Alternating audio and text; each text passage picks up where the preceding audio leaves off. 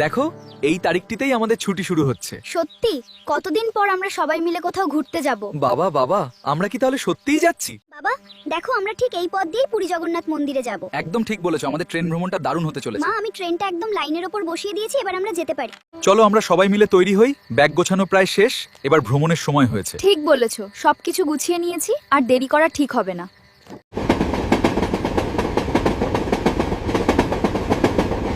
দেখো বাইরে সূর্যাস্তের দৃশ্যটা কি সুন্দর। সত্যিই বাবা, সবকিছু কেমন সোনার মতো লাগছে। হ্যাঁ, এই ছোট্ট ট্রেনে আমাদের এই যাত্রাটা কত আনন্দদায়ক, তাই না? অবশেষে আমরা জগন্নাথ দেবের পবিত্র ভূমিতে পৌঁছে গেছি।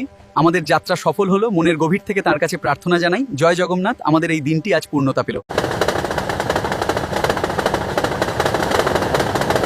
জয় জগন্নাথ। কতদিন পর আবার তোমার পবিত্র ধামে ফিরে এলাম।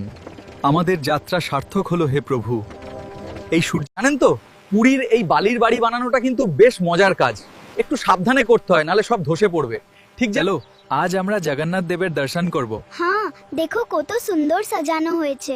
মা, আমি তো প্রথমবার এলাম। কি হ্যাঁ, নৃসিংহ খাজার এই মিষ্টিটা তো দারুণ খেতে। হ্যাঁ বাবা, এই দোকানের খাজা সত্যিই খুব বিখ্যাত। তোমরা দুজনেই তো খুব মজা করে খাচ্ছো, আমারও খুব ভালো লাগছে। মা দেখো, ভুট্টাটা কত মিষ্টি। হ্যাঁ সোনা, সাবধানে খাও। এই তো বাবা, জিলিপিগুলোও খুব সুন্দর হয়েছে।